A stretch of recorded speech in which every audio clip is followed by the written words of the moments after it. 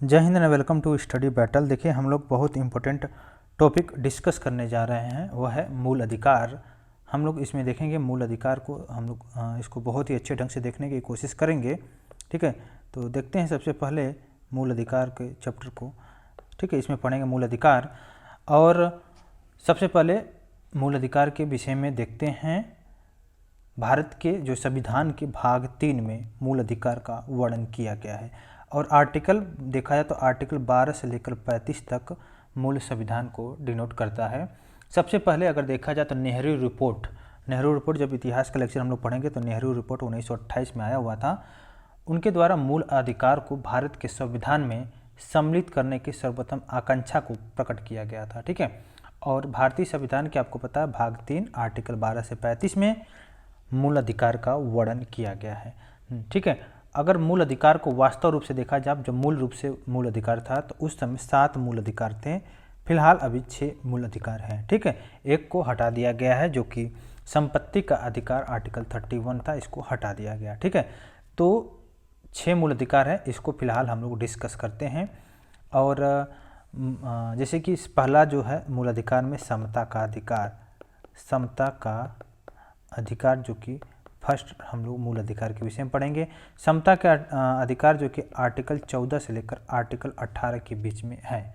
ठीक है, आर्टिकल 14 से लेकर 18 के बीच में। वहीं पर अगर दूसरा हम लोग देखें मूल अधिकार के, तो दूसरा में होगा स्वतंत्रता का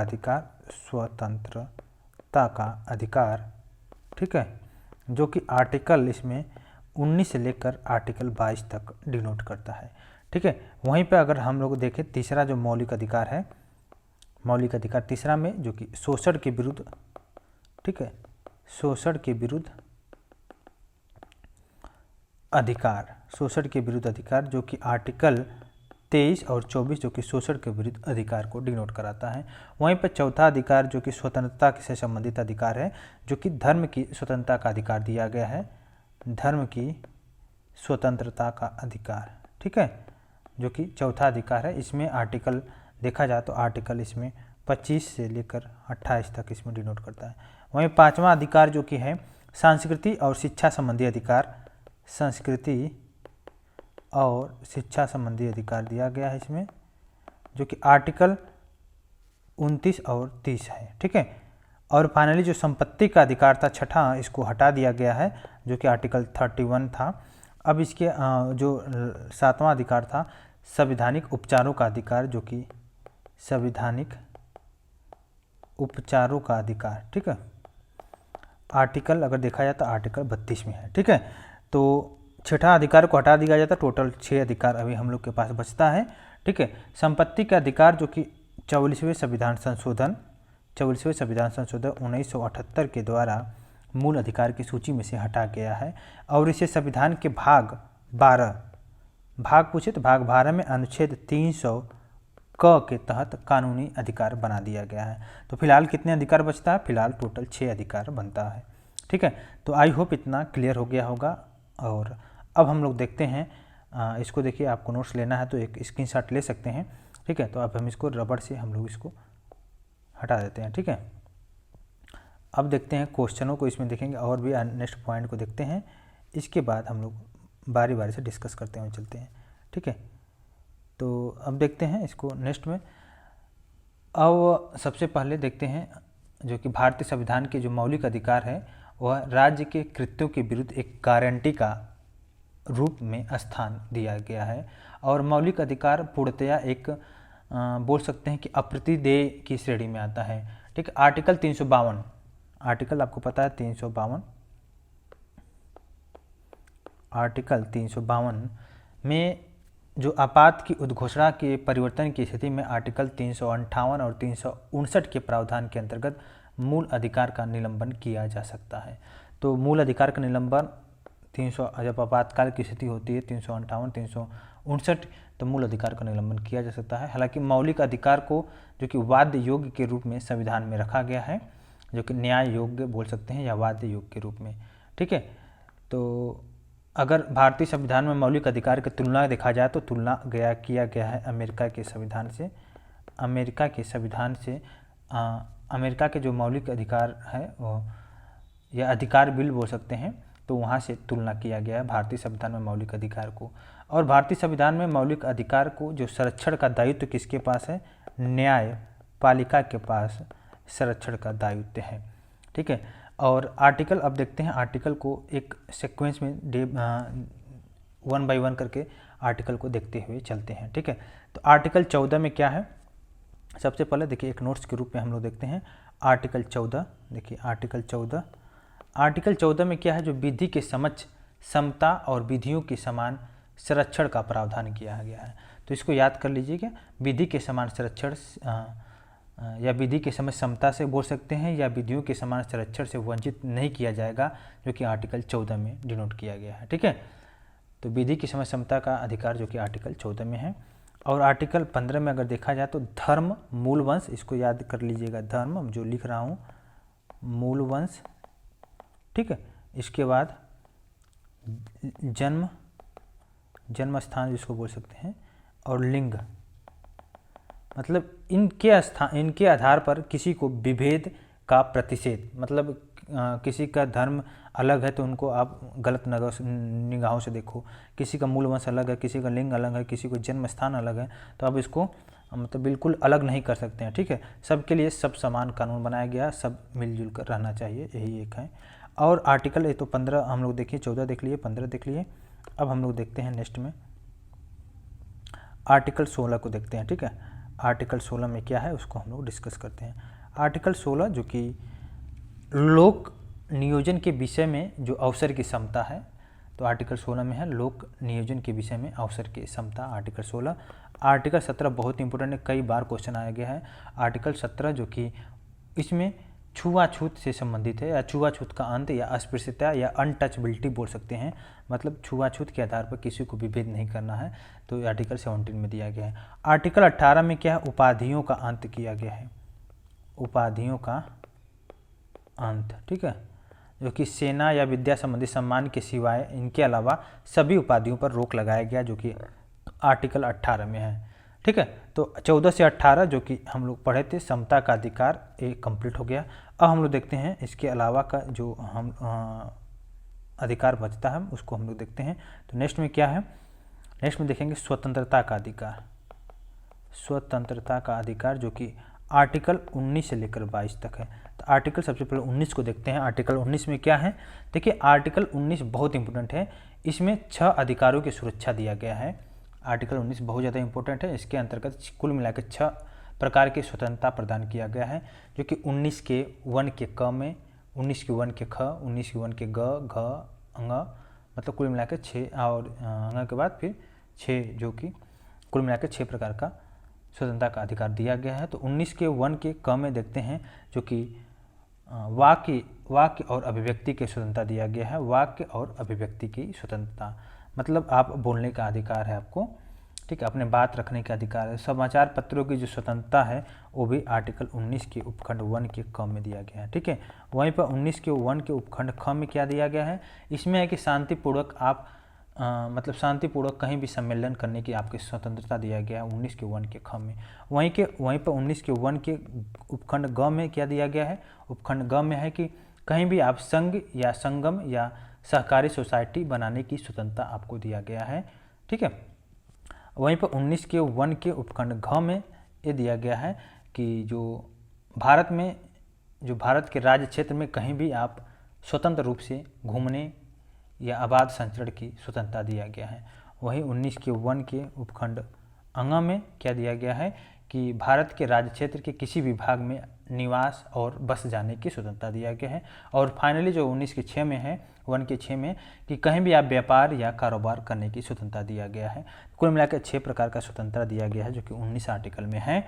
तो सबसे पहले आपको बोलने की आज़ादी दिया गया है, उसके बाद बोलेंगे तो आपको कहीं भी बोलने के अलावा शांतिपूर्ण सम्मेलन करने की स्वतंत्रता है। उसके बाद आप संघ बना सकते हैं, सहकारी सोसाइटी बनाने की स्वतंत्रता दी गई है।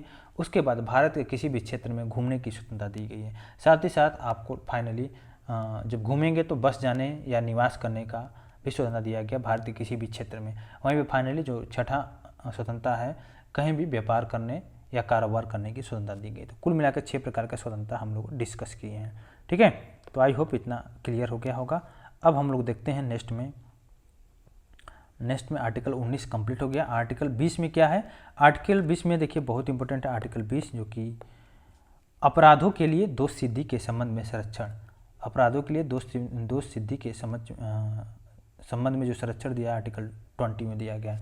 आर्टिकल 21 जो कि प्राण और दैहिक स्वतंत्रता का संरक्षण करता है, आर्टिकल 21 प्राण और दैहिक स्वतंत्रता का संरक्षण करता है। और आर्टिकल 22 जो कि बहुत इंपॉर्टेंट है, कुछ दशाओं में गिरफ्तारी और निरोध में संरक्षण का अधिकार दिया गया है। तो आर्टिकल 21 के एक क भी है, इसमें शिक्षा का अधिकार दिया गया है, इसको आप ध्यान में रखिएगा, शिक्षा का अधिकार से संबंधित जो कि आर्टिकल का 21 के क में है। 22 भी कंप्लीट हो गया। ये था हम लोग का स्वतंत्रता का अधिकार। अब हम लोग जो थर्ड अधिकार पढ़ेंगे, मौलिक अधिकार, वो है शोषण के विरुद्ध अधिकार। ठीक है, शोषण के विरुद्ध अधिकार को हम लोग इसमें देखेंगे। शोषण के विरुद्ध जो अधिकार है इसका आर्टिकल 23 और 24 है। तो आर्टिकल 23 में क्या है इसको हम लोग देखते हैं। देखिए पेन की थोड़ा मोटाई कम कर लेते हैं, विड्थ जो है इसको कम कर लेते हैं। ठीक, तो 23 में क्या है? 23 में दिया गया है कि जो आर्टिकल 23 में बलात् श्रम का प्रतिषेध किया गया है, जो कि मानव के दुर्व्यवहार हो गया या बलात् श्रम का बिल्कुल ही प्रतिषेध किया गया, रोक लगाया गया है। वहीं पर आर्टिकल 24 में क्या है? 14 वर्ष के अगर बच्चे हैं, 14 वर्ष से कम के आयु के जो बच्चे हैं उनको कारखानों में खनन इत्यादि जो मतलब काम करने पर, उनको काम करने पर रोक लगाया गया है 14 वर्ष के कम के बच्चों को। ठीक है, तो 24 हो गया क्लियर, आपका 23 भी क्लियर हो गया। इसके अलावा हम अब देखते हैं आर्टिकल नेक्स्ट में धर्म की स्वतंत्रता का अधिकार, जो कि चौथा मौलिक अधिकार है। इसमें आर्टिकल 25 और 28 इसमें निहित है, 25, 26, 27, 28। तो धर्म की स्वतंत्रता का अधिकार 25 में देखते हैं। सबसे पहले 25 में क्या है कि जो धर्म अंतःकरण की और धर्म के अबाध रूप से मानने या आचरण का प्रचार करने की स्वतंत्रता का अधिकार दिया गया है। तो आर्टिकल 25 में है। आर्टिकल 26 में क्या दिया गया है? धार्मिक कार्यों के प्रबंध की स्वतंत्रता दिया गया है, धार्मिक कार्यों के प्रबंध की स्वतंत्रता से संबंधित है। आर्टिकल 27 देखते हैं। आर्टिकल 27 जो कि किसी भी धर्म की अभिवृद्धि के लिए करों के संदाय के बारे में स्वतंत्रता, आर्टिकल 27। आर्टिकल 21 जो कि 28 किसी भी या कुछ शिक्षा संस्थाओं में जो कि धार्मिक और शिक्षा या धार्मिक उपासना से संबंधित होने की स्वतंत्रता दिया गया है। तो आर्टिकल 28 भी क्लियर हो गया होगा। ठीक है, अब देखते हैं आर्टिकल 28 क्लियर हो गया होगा। अब हम लोग नेक्स्ट में देखते हैं जो कि संस्कृति और शिक्षा का अधिकार, जो कि 5वां अधिकार है, हम लोग इसको देखेंगे। ठीक है, तो 5वां अधिकार को देखते हैं। 5वां अधिकार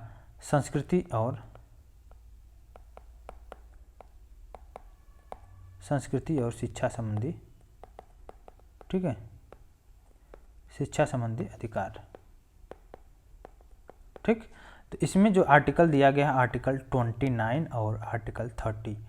29 में क्या है? 29 में है कि अल्पसंख्यकों की जो भाषा है, लिपि है और संस्कृति है, उनका सुरक्षा का प्रावधान दिया गया है आर्टिकल 29 में। तो आर्टिकल 29 बिल्कुल क्लियर होना चाहिए कि जो अल्पसंख्यक वर्गों के हितों का संरक्षण किया गया आर्टिकल 29। वहीं पर आर्टिकल 30 में क्या है? जो अल्पसंख्यक वर्ग के जो शिक्षा संस्थान होंगे, ठीक है, शिक्षा संस्था की स्थापना हो गई या प्रशासन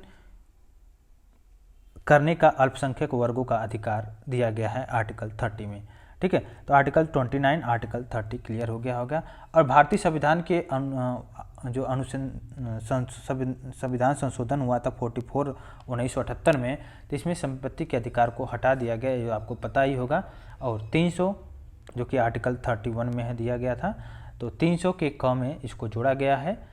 और भारतीय संविधान, अब देखते हैं आर्टिकल 32 बहुत इंपॉर्टेंट है, जो कि संवैधानिक उपचारों का अधिकार है, संवैधानिक उपचारों का अधिकार है।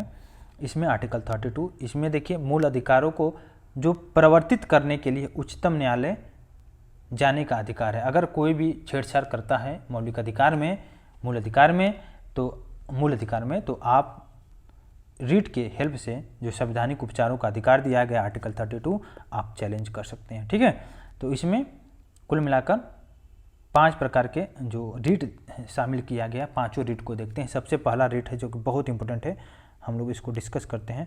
पहला रीट है बंदी प्रत्यक्षीकरण। बंदी प्रत्यक्षीकरण इसमें ये होता है कि इनके द्वारा न्यायालय किसी भी गिरफ्तार व्यक्ति को, अगर आपने गिरफ्तार किया है, पुलिस द्वारा गिरफ्तार किया गया है किसी भी व्यक्ति को, तो न्यायालय उसको अपने सामने जो समक्ष प्रस्तुत करने का आदेश देता है कि गिरफ्तारी का तरीका का कारण पूछता है, गैरकानूनी है कि असंतोषजनक है, या न्यायालय में बंदी को छोड़ने का आदेश भी दे सकता है। ये सबसे पहले बंदी प्रत्यक्षीकरण, जो कि न्यायालय द्वारा किसी भी गिरफ्तार व्यक्ति को न्यायालय के सामने प्रस्तुत करने का आदेश, जो कि बंदी प्रत्यक्षीकरण के रीट की हेल्प से देता है। वहीं पर दूसरा जो है इसमें रीट परमादेश। परमादेश ये होता है कि यह आदेश तब जारी किया जाता है जब न्यायालय को लगता है कि कोई भी सार्वजनिक पदाधिकारी अपने कानूनी या संवैधानिक दायित्वों का पालन नहीं कर रहा है। तो मतलब कुल मिला के ये कि उसको जो शपथ लिया था अपने काम के प्रति, उसका निर्वहन नहीं कर रहा है। तो इसमें किसी भी व्यक्ति का, और जब संवैधानिक चीज़ों का पालन नहीं कर रहा है, जो अपने दायित्वों का पालन नहीं कर रहा है, तो जाहिर सी बात है किसी न किसी व्यक्ति का मौलिक अधिकार प्रभावित होगा।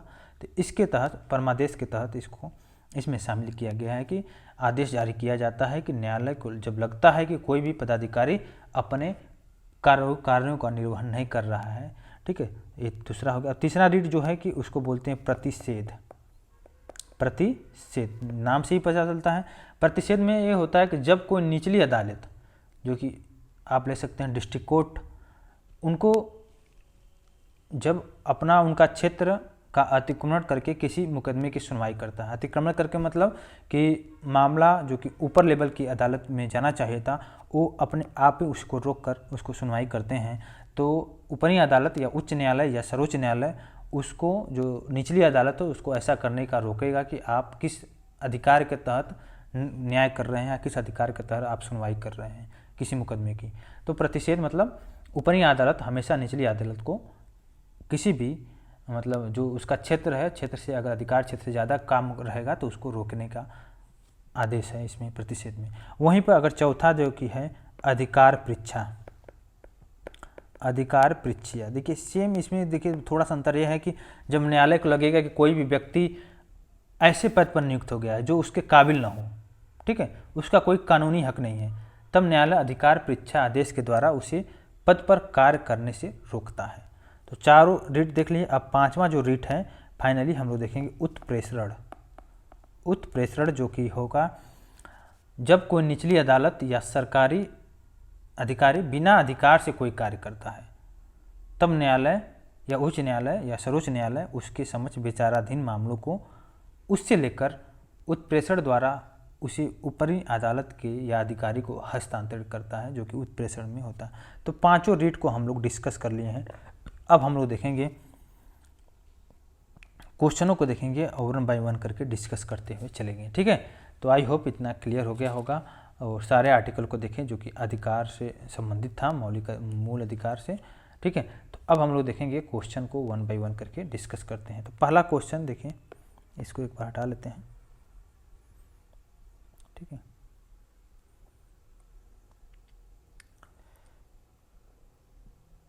देखिए पहला क्वेश्चन देखते हैं इसको।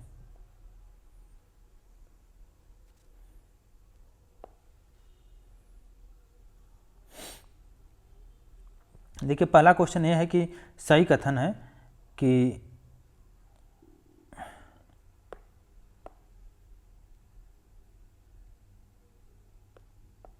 सही कथन बताना है कि भारतीय संविधान में मूल अधिकारों को शामिल करने के लिए नेहरू रिपोर्ट जो कि 1928 ने समर्थन किया था, जो कि हम लोग इसको पहले ही देख लिए थे, ठीक है। तो इसमें बहुत ज़्यादा वो नहीं करने की ज़रूरत है। ये क्वेश्चन जो कि आया हुआ है यूपीपीसीएस के 2009 में क्वेश्चन आया हुआ है, ठीक है। ये क्वेश्चन 2009 में आया हुआ है यूपीपीसीएस की। वहीं पर नेक्स्ट क्वेश्चन है, देखिए नेक्स्ट क्वेश्चन क्या है। संविधान द्वारा मौलिक अधिकारों को लागू करने की जो शक्ति दी गई है सर्वोच्च न्यायालय एवं उच्च न्यायालय को दी गई है। मौलिक अधिकार क्या है? एक वाद्य योग है मौलिक अधिकार, ठीक है। भारतीय संविधान में जो सामाजिक आर्थिक एजेंडा को साकारित करने के लिए वाद्य योग और अवाद्य योग दोनों तरह की व्यवस्था बनाया गया है, जिसमें मौलिक अधिकार क्या है? वाद्य योग है, ठीक है। वहीं पर नीति निर्देशक तत्व देखा जाए तो नीति निर्देशक तत्व अवाद्य योग है, ठीक है, उसको चैलेंज नहीं किया जा सकता है, ठीक है, नीति निर्देशक तत्व को। लेकिन मौलिक अधिकार को चैलेंज कर सकते हैं, इसलिए क्या है? वाद्य योग है। क्लियर हुआ। मौलिक अधिकार, देखिए मौलिक अधिकार आपातकालीन स्थिति में निलंबन किया जा सकता है, जबकि आर्टिकल 20 और 21 को छोड़कर, आर्टिकल 20 और 21 को छोड़कर शेष सभी जो कि आर्टिकल क्या हो सकता है, निलंबन हो सकता है, निलंबन किया जा सकता है। क्लियर हुआ। अब देखते हैं नेक्स्ट क्वेश्चन को, देखते हैं नेक्स्ट क्वेश्चन क्या है। मौलिक अधिकार के कथन में कौन सा कथन सही है, इसको बताना है। देखिए ये राज्य कृत्य के विरुद्ध एक गारंटी है, बिल्कुल ही करेक्ट है, ठीक है। और ये संविधान के भाग सेकंड में, थर्ड में है, और आर्टिकल अगर पूछेगा तो 12 से 35 में है, और सामाजिक और आर्थिक और राजनीतिक न्याय सुनिश्चित करता है। यह संयुक्त राज्य अमेरिका के अधिकार बिल के भांति इसको तुलना किया गया है, ठीक है। तो अब देखते हैं नेक्स्ट, भारतीय संविधान में नागरिकों को मौलिक अधिकार प्रदान किया गया है, मौलिक अधिकार प्रदान किया गया है आर्टिकल 12 से 35 में। भारतीय संविधान में जैसा निहित है समानता के मौलिक अधिकार में सम्मिलित हैं। देखिए समानता में आर्टिकल 14, 15, 16, 17, 18, ठीक है। 16 में देखिए क्या है, कानून की समझ समानता का अधिकार है। वहीं पे 15 में क्या है, सामाजिक समानता है। अवसर की समानता जो कि दिया गया है आर्टिकल 16 में। तो आर्थिक समानता इसमें शामिल नहीं है, ठीक है। तो ये बहुत इंपॉर्टेंट क्वेश्चन था, बहुत ज़्यादा इंपॉर्टेंट है। इसको आप यहाँ पे स्टार मार्क लगा लीजिए कि भारतीय संविधान में जैसा नहीं थे समानता के मौलिक अधिकार सम्मिलित हैं, ठीक है। इसको आप स्टार मार्क लगा लीजिए।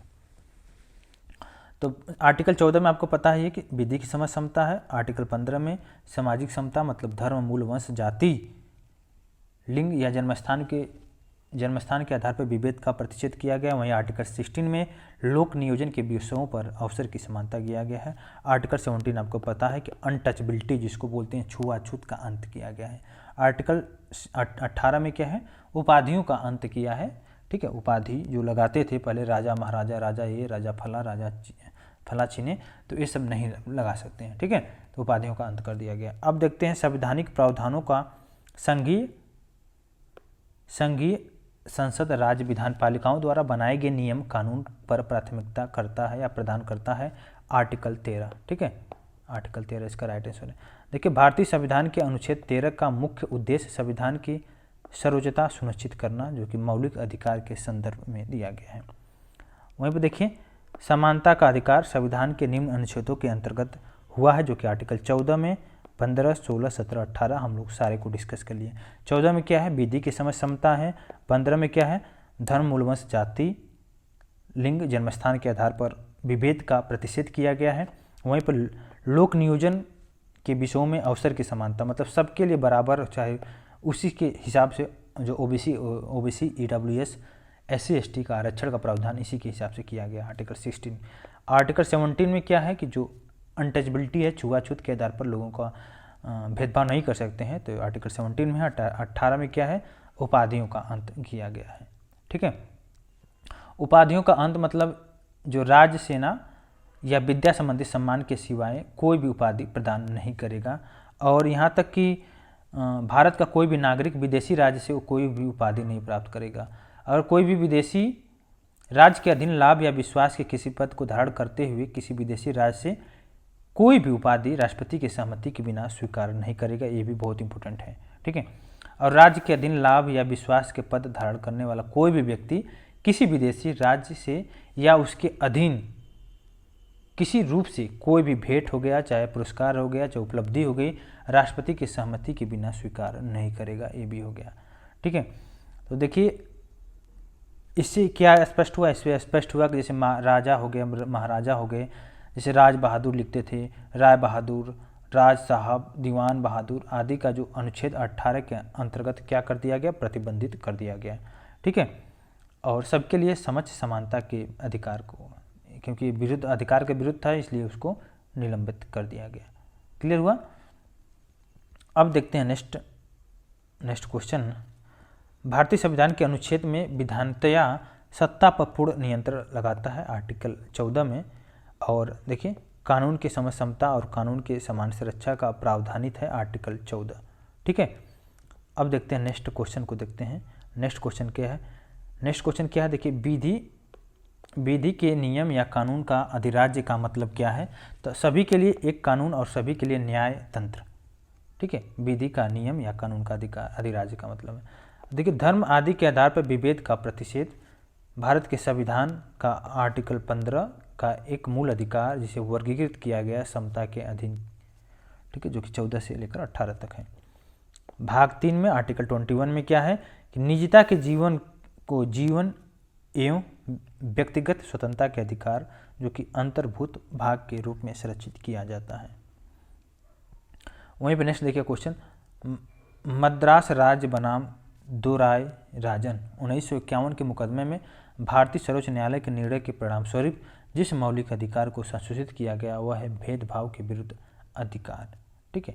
वहीं पर देखिए शिक्षण संस्थाओं में जिसमें गैर सरकारी व गैर अनुदान प्राप्त भी सम्मिलित हैं, अन्य पिछड़े अनुसूचित जाति और अनुसूचित जनजाति हेतु आरक्षण की सुविधा प्रदान की गई है जो कि आर्टिकल 15 के उपखंड 5 के अंतर्गत किया गया है। नेक्स्ट देखिए संविधान के वे अनुच्छेद जिसके तहत अन्य पिछड़ा वर्ग जो ओबीसी को आरक्षण का प्रावधान किया गया है, आर्टिकल 15 के 4 और 16 के 4 में ओबीसी को आरक्षण का प्रावधान किया गया है, ठीक है। तो बहुत इंपॉर्टेंट क्वेश्चन था कि ओबीसी जो अन्य पिछड़ा वर्ग को आरक्षण का प्रावधान जो कि आर्टिकल 15 के उपखंड 4 और आर्टिकल 16 के उपखंड 4 में प्रावधान किया गया है, ठीक है, जिसके लिए राज्य की सेवाओं में आरक्षण के प्रावधान किए गए हैं, ठीक है। और 103वां संविधान संशोधन जो कि बहुत इंपॉर्टेंट है, 103वां संविधान संशोधन 2019 के उपखंड 15 के उपखंड 6 और 16 के उपखंड 6 में जो आर्थिक रूप से जो दुर्बल वर्गों के लिए आरक्षण का प्रावधान दिया गया है, खासतौर से सामान्य वर्गों में ऐसा दिया गया है जिसको बोलते हैं इकोनॉमिक वीकर सेक्शन, EWS का प्रावधान किया गया। तो आर्टिकल 15 के उपखंड 6 और 16 के उपखंड 6 में इसका प्रावधान दिया गया है। ओबीसी के लिए 15 के 4 और 16 के 4 में दिया गया है, ठीक है। तो यहाँ से आपको क्लियर हुआ, ठीक है। अब नेक्स्ट देखते हैं क्वेश्चन, नेक्स्ट क्वेश्चन क्या है।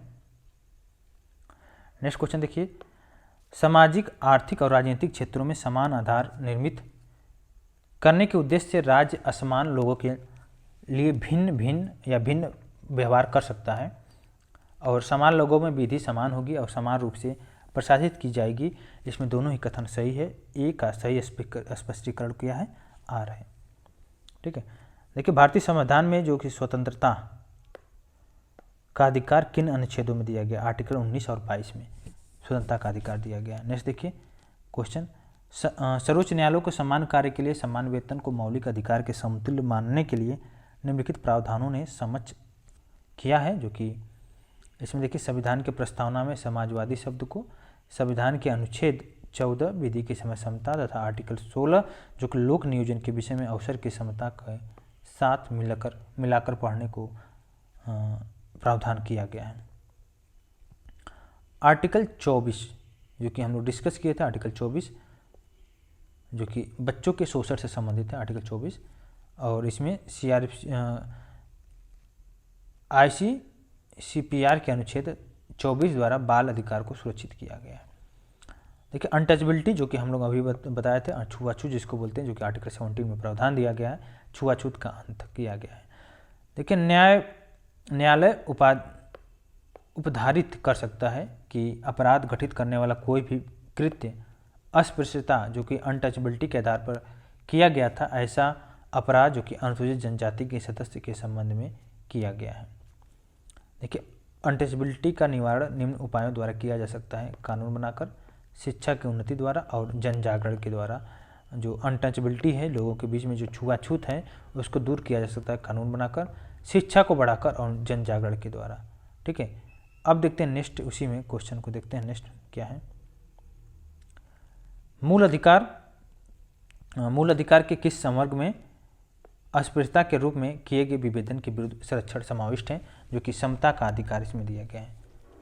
जैसे देखिए अस्पृश्यता संरचनात्मक हिंसा का सबसे खराब स्वरूप है, बिल्कुल कथन सही है, और अस्पृश्यता के चरण का आधार जो कि धार्मिक स्वीकृति है, दोनों ही कथन इसका करेक्ट है। नेक्स्ट क्वेश्चन देखिए, अनुसूचित जनजाति और जनजाति और अनुसूचित जाति के जो मौलिक सामाजिक और आर्थिक राजनीतिक तथा सांस्कृतिक अधिकार दिया गया है, आर्टिकल 17 में दिया गया है। भारत का संविधान अस्पृश्यता जो कि प्रेस की आज़ादी की व्यवस्था नहीं करता है, किंतु यह आज़ादी अंतर्निहित है आर्टिकल 19 के उपखंड 1 के क में। भारतीय संविधान में भाषण और अभिव्यक्ति की स्वतंत्रता के मूल अधिकार का प्रावधान आर्टिकल 19 में है।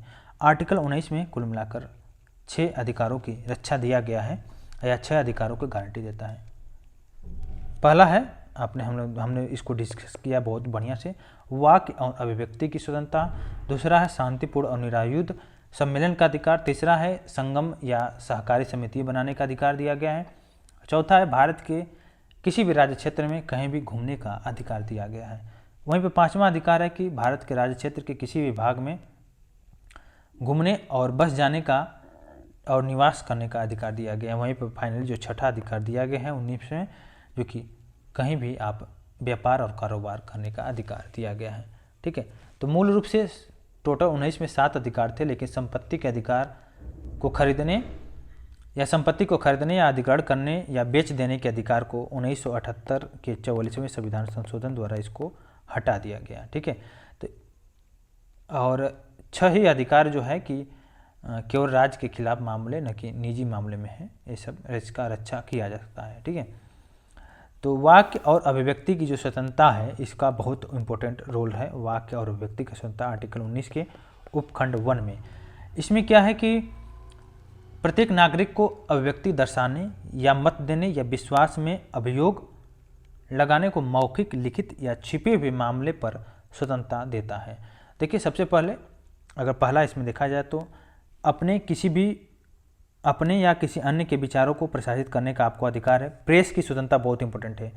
साथ ही साथ व्यावसायिक विज्ञापन आप निकाल सकते हैं। फ़ोन टैपिंग के विरुद्ध अधिकार, अगर आपका कोई फ़ोन टैपिंग कर रहा है तो इसके विरुद्ध आपका अधिकार है कि आप उसको चैलेंज कर सकते हैं। साथ ही साथ प्रसारित करने का अधिकार है, अतः सरकार का जो इलेक्ट्रॉनिक मीडिया का एकाधिकार नहीं कर सकते, आप मोनोपोली नहीं कर सकते कि हाँ सरकार चाहे तो प्रेस पर रोक लगा दें। ठीक है, तो इस तरह का अधिकार नहीं है। और किसी भी राजनीतिक दल या संगठन द्वारा आयोजित बंद के खिलाफ अधिकार है। सरकारी गतिविधियों की जानकारी का अधिकार दिया गया है। शांति का अधिकार और किसी भी अखबार पर पूर्ण रूप से या पूर्ण प्रतिबंध के विरुद्ध अधिकार दिया गया है। प्रदर्शन और विरोध का अधिकार है, लेकिन हड़ताल का अधिकार नहीं है। तो इस तरह के वाक और अभिव्यक्ति का स्वतंत्रता का अधिकार हम लोग देखे हैं। अब देखते हैं, ये तो आर्टिकल 19 के उपखंड 1 में देखिए बहुत सारा है, लेकिन हम लोग इतना सारा डिस्कस करेंगे तो जल्दी आपको याद नहीं होगा।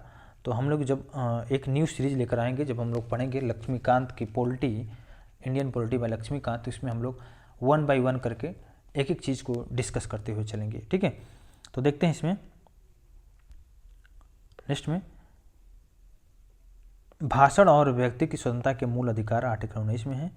और देखिए, उच्चतम न्यायालय की व्यवस्था के अनुसार निजी भवनों के ऊपर राष्ट्रीय झंडों को फहराना हर नागरिक का मौलिक अधिकार है, जो कि आर्टिकल 19 के 1 के उपखंड क के तहत दिया गया है। संविधान के अधिकार के रूप में बिना हथियार के शांतिपूर्ण ढंग से इकट्ठा होने की स्वतंत्रता का अधिकार, जो कि आर्टिकल 19 में आता है। और एकत्रित जनता जिनको अधिकार नहीं रखना चाहिए, इस अधिकार के अभ्यास पर राज्य कानून बनाकर तर्कपूर्ण प्रतिबंध लगा सकता है। वहीं पर देखिए, नागरिक के विचार अभिव्यक्ति की स्वतंत्रता पर प्रतिबंध नहीं लगाया जा सकता, जो कि अवांछनीय आलोचना के कारण। आर्टिकल 21 आपको देखा ही है कि प्राण और दैहिक स्वतंत्रता का संरक्षण करता है। व्यक्ति की प्राण और दैहिक स्वतंत्रता का संरक्षण, जो कि आर्टिकल 21 में दिया गया है। ठीक है, देखिए, विधि की सम्यक प्रक्रिया के सिद्धांत को शामिल किया गया आर्टिकल 21 में। व्यक्ति के विदेश यात्रा के अधिकार को संरक्षण प्रदान करता है आर्टिकल 21।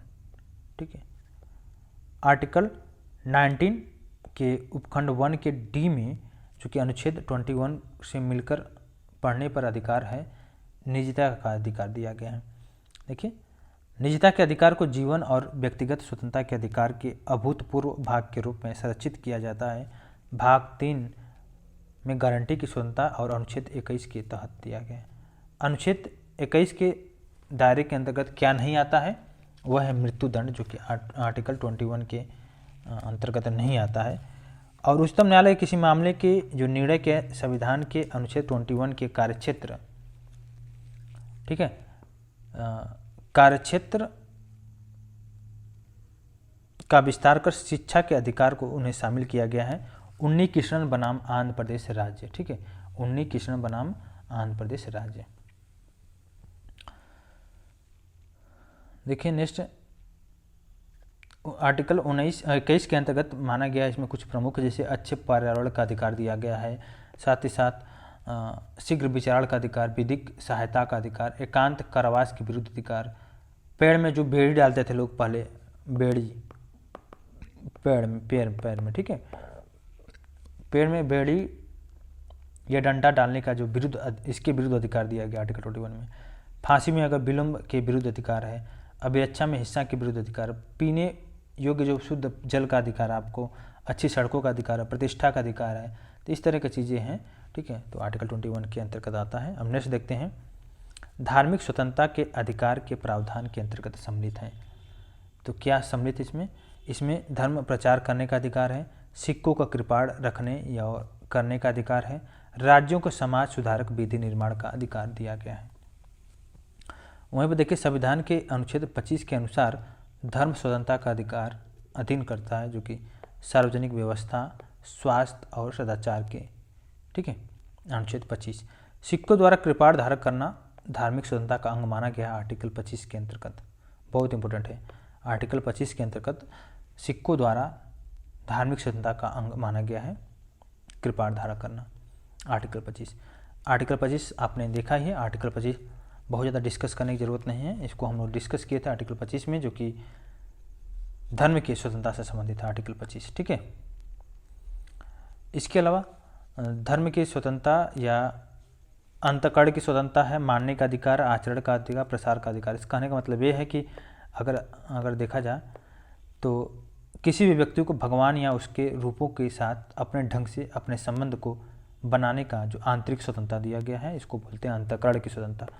वहीं पर मानने का अधिकार, मानने का अधिकार का मतलब ये होता है कि अपने धार्मिक विश्वास और जो आस्था को सार्वजनिक और बिना भय के घोषणा करने का अधिकार है। आचरण का अधिकार, ये सब आर्टिकल 25 के अंतर्गत है। लक्ष्मीकांत जब आप पढ़ेंगे तो बहुत ही मजा आएगा आपको।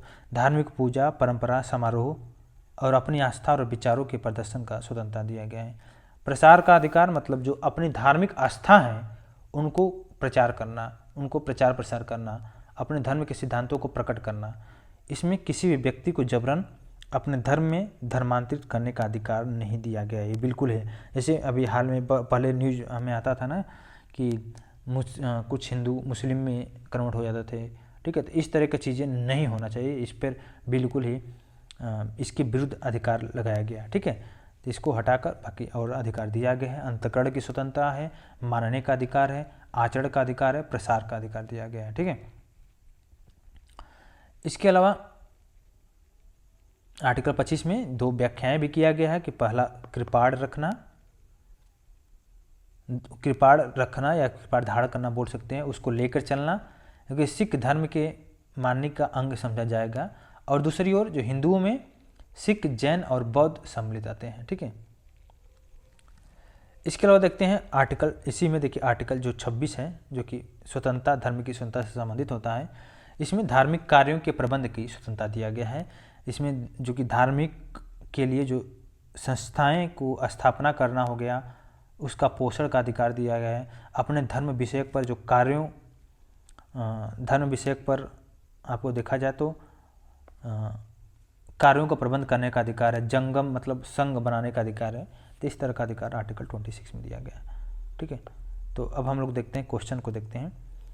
आर्टिकल 25 में हिंदू शब्द बौद्ध, जैन, सिख के अंतर्गत आते हैं। आर्टिकल 26 में धार्मिक कार्यों के प्रबंध की स्वतंत्रता का प्रतिबंध लोक व्यवस्था, सदाचार और स्वास्थ्य के अधीन आता है। शोषण के विरुद्ध अधिकार जो कि आर्टिकल 23 और 24 में है। इसके अलावा देखते हैं आर्टिकल 23 में क्या है, क्वेश्चन आया हुआ है, क्वेश्चन है प्रीवियस ईयर सारा क्वेश्चन, एक भी क्वेश्चन नहीं है कि मैं अपने द्वारा लिया गया हूँ, सारा क्वेश्चन जो कि घटना चक्र ने इसको बहुत ही अच्छा ढंग से कंपाइलेशन किया है, तो वहीं से सारा क्वेश्चन को लिया गया है, एक भी क्वेश्चन इधर उधर से नहीं लिया गया है, ठीक है। तो आर्टिकल 23 में क्या है, आर्टिकल 23 में मानव के दुर्व्यापार पर बलात् श्रम का प्रतिबंध है और कारखानों आदि बालकों में नियोजन मतलब उसको रोक लगाने का अधिकार है। जो 14 वर्ष से कम बच्चों उम्र के बच्चे हैं उन पर रोक लगाया गया है कारखानों में काम करने के लिए।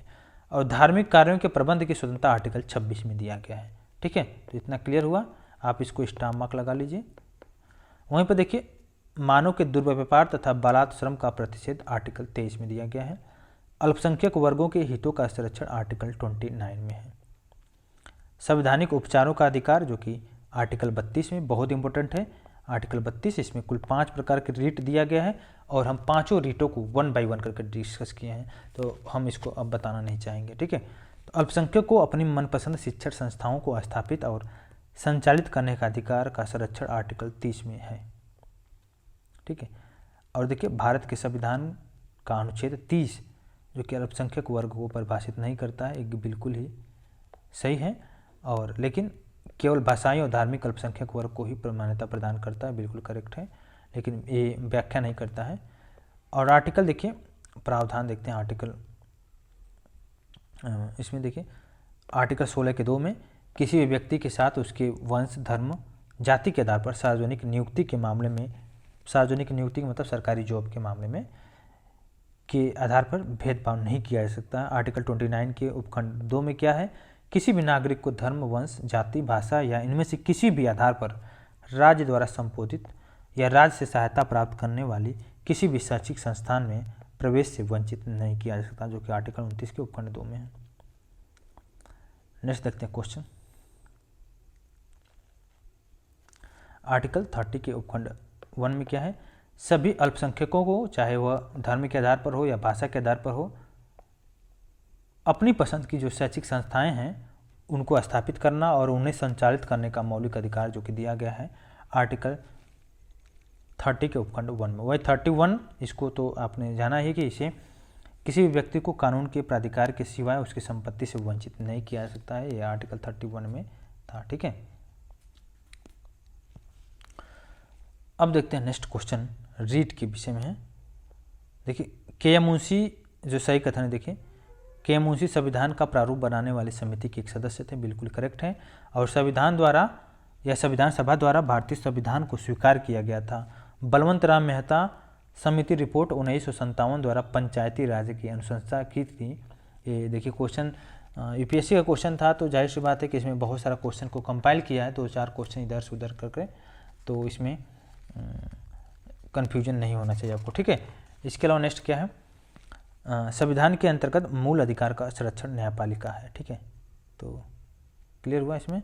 इसके अलावा देखते हैं नागरिकों के मौलिक अधिकारों का संरक्षक और भारत के संविधान का अभिभावक उच्चतम न्यायालय को माना जाता है। आर्टिकल 32 में मौलिक अधिकार परिवर्तित किए जा सकते हैं। डॉक्टर भीमराव अम्बेडकर द्वारा संविधान की आत्मा बोला था संवैधानिक उपचारों का अधिकार आर्टिकल 32 में, और आर्टिकल 32 को डॉक्टर भीमराव अम्बेडकर ने आत्मा बोला था, बिल्कुल करेक्ट है। ठीक है, इसको आप देख लीजिएगा। इसके अलावा नेक्स्ट देखते हैं भारत का उच्चतम न्यायालय और नागरिकों के मूल अधिकार के प्रवर्तन के लिए भिन्न रिट जारी करने का अधिकार जो कि आर्टिकल 32 में दिया गया है। इसको आपने देख लिया है। इस सारा हम लोग देखे हैं। देखिए बंदी प्रत्यक्षीकरण का मतलब होता है to have the body of, जिसे हमें शरीर चाहिए। वी कमांड मतलब हम आदेश देते हैं। उत्प्रेषण का अर्थ होता है टू बी सर्टिफाइड। अधिकार परीक्षा का होता है वाई वाट अथॉरिटी, मतलब किस अधिकारी से, और इसमें हम सबको देख लिए तो इसको देखने का बहुत ज़्यादा जरूरी नहीं है। मौलिक कर्तव्य से देखिए संविधान का 42वां संशोधन जो कि है मौलिक अधिकार, मौलिक कर्तव्य को 42वां संविधान संशोधन में जोड़ा गया है। देखिए संसद मौलिक अधिकारों में संशोधन कर सकती है और इनके मूल ढांचों का सिद्धांत जो कि केशवानंद भारती केस में दिया गया। इंसानों के अनैतिक व्यापार का प्रतिशत आपको पता है 23 में है। इस सारा क्वेश्चन बताने की जरूरत नहीं, आपने सारा देख लिया है। ठीक है, ये उपाधि सब ये सब शिक्षा देख लिया है। देखिए संसद को मौलिक अधिकारों में संशोधन का अधिकार केशवानंद भारतीवाद में मिला है। ठीक है, केशवानंद भारतीवाद जो कि बहुत इंपॉर्टेंट है, इसको आप देख लीजिएगा केशवानंद भारतीवाद के विषय में। ठीक है, इसके अलावा नेक्स्ट देखिए मूल अधिकार से संबंधित निर्णयों का सही कालानुक्रम। एल गोपालनवाद 1950 में, गोलकनाथवाद 1967, केशवानंद 1973, मिनरावाद 1980 में दिया गया है। संपत्ति के मूल अधिकार का लोप किया गया, इसको हम लोग डिस्कस कर लिए हैं। और भाग 12 के अनुच्छेद 301 के तहत विधिक अधिकार बनाया गया है 44वें संविधान संशोधन द्वारा। जनता पार्टी की सरकार ने इसको बनाया है। ठीक है, तो इसको भी आप देख लीजिएगा। ठीक है, सारे क्वेश्चन को हम लोग देखे हैं, इसमें से एक भी क्वेश्चन देखिए। नेक्स्ट देखिए बहुत इंपॉर्टेंट क्वेश्चन है। भारत में रहने वाले जो ब्रिटिश नागरिक दावा नहीं कर सकता है व्यापार और व्यवसाय की स्वतंत्रता के अधिकार को। किसी भी राष्ट्रगीत गाने के लिए बाध्य नहीं किया जा सकता, क्योंकि इसके वाक्य स्वतंत्रता और अभिव्यक्ति स्वतंत्र के लिए अधिकार का उल्लंघन होगा। इसके अंतःकरण की और धर्म के अबाध रूप से आचरण और प्रचार करने की स्वतंत्रता के अधिकार का उल्लंघन होगा। राष्ट्रीय गीत गाने के लिए किसी को बाध्य करने वाला कोई भी विधिक उपबंध नहीं है। ठीक है, इसको तो आपको पता ही है। साथ में देखिए नेक्स्ट क्वेश्चन, मौलिक अधिकार जिसमें भारत में केवल नागरिकों को उपलब्ध है वह है भेदभाव के विरुद्ध अधिकार, देश भर में स्वतंत्र भ्रमण, चुनाव लड़ने, भाषण और अल्पसंख्यकों के अधिकार का दिया गया है। इसमें देखिए बताने की बिल्कुल ज़रूरत नहीं है, सारे अधिकार को आपने देख लिया, मौलिक अधिकार को। ये सब क्वेश्चन हम लोग स्टार्टिंग में ही देख लिए हैं। सब देखिए प्रीवियस ईयर क्वेश्चन एक बार हमने डिस्कस कर लिया स्टार्टिंग में, उसके बाद देखिए सारा क्वेश्चन आप 1 बाय 1 आप ही करते चले जाओगे। ठीक है, कुल 6 प्रकार का अधिकार है, जो कि विरोध का अधिकार, स्वतंत्रता का अधिकार दिया गया है। जो विरोध का अधिकार, मूल अधिकार, 6 प्रकार के जो मूल अधिकार में शामिल नहीं है। ठीक है, अधिकार और कर्तव्यों के बीच में जो सही कथन है, अधिकार कर्तव्यों के साथ सह संबंधित होता है। देखिए, सभी नागरिकों को अवसर समानता की प्रत्याभूति प्रदान करता है, आर्टिकल 16 के उपखंड 1 और 2 में। सब आपने देखा है। ठीक है, भारतीय संविधान में संशोधन करके शिक्षा का अधिकार 1 अप्रैल 2010 में जोड़ा गया, जो कि आर्टिकल 21 के उपखंड ए में है। 14 वर्ष के बच्चों को निःशुल्क शिक्षा और अनिवार्य शिक्षा प्रदान करेगा राज्य सरकार 6 से 14 वर्ष के बच्चों का, जो कि बिल्कुल करेक्ट है। ये भी आप देख सकते हैं। देखिए, वह अधिकार जो राष्ट्रीय आपातकाल में भी समाप्त या सीमित नहीं किया जा सकता, वह है जीवन का अधिकार। हिंदू शब्द में शामिल है, हिंदू शब्द में जो शामिल नहीं है वह है पारसी। ठीक है, इसके अलावा आप देख सकते हैं नेक्स्ट,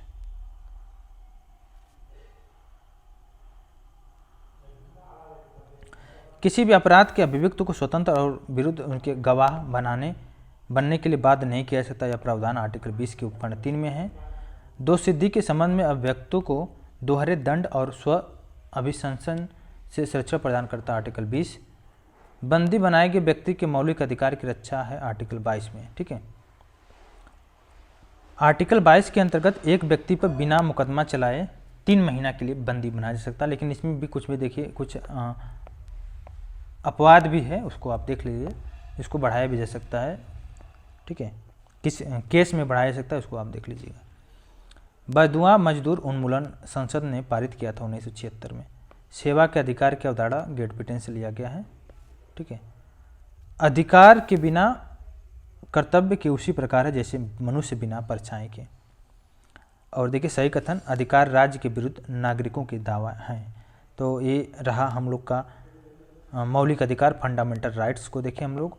अब देखेंगे राज्य के नीति निर्देशक तत्व, जो कि नेक्स्ट चैप्टर में देखेंगे। आई होप आपको क्लियर हो गया होगा। Thank you so much. इस चैप्टर में हम लोग डिस्कस करेंगे राज्य के नीति निर्देशक तत्व। ठीक है, राज्य के नीति निर्देशक तत्व को हम लोग डिस्कस करेंगे इसमें।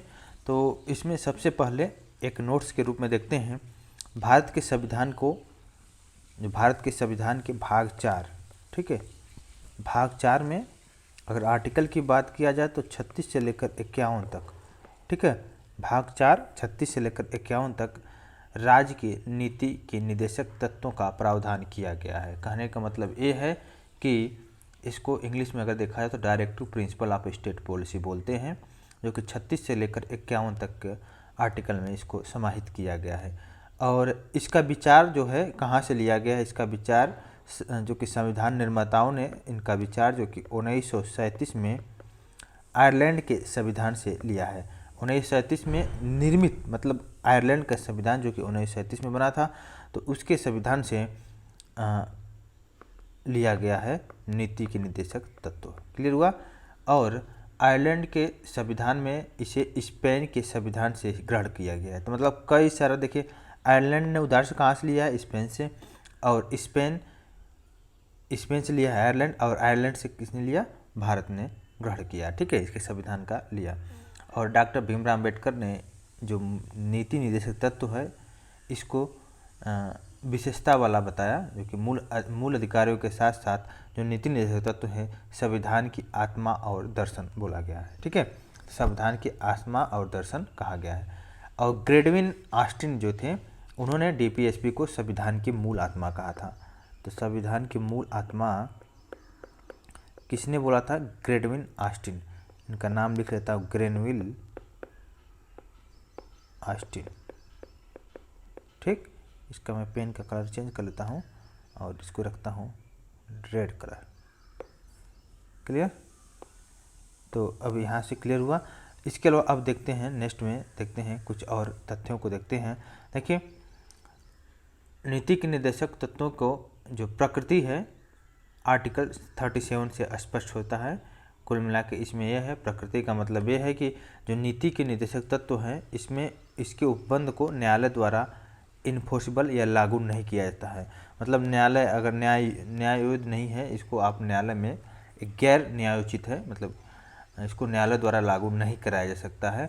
यह तो मतलब केंद्र सरकार या केंद्र, राज्य और स्थानीय इन्हें लागू करने के लिए बाध्य नहीं है।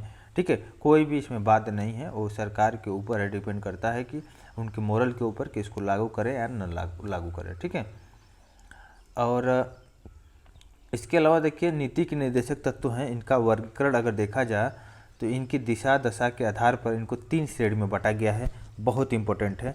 3 श्रेणी कौन कौन सी है? पहला श्रेणी है समाजवादी सिद्धांत।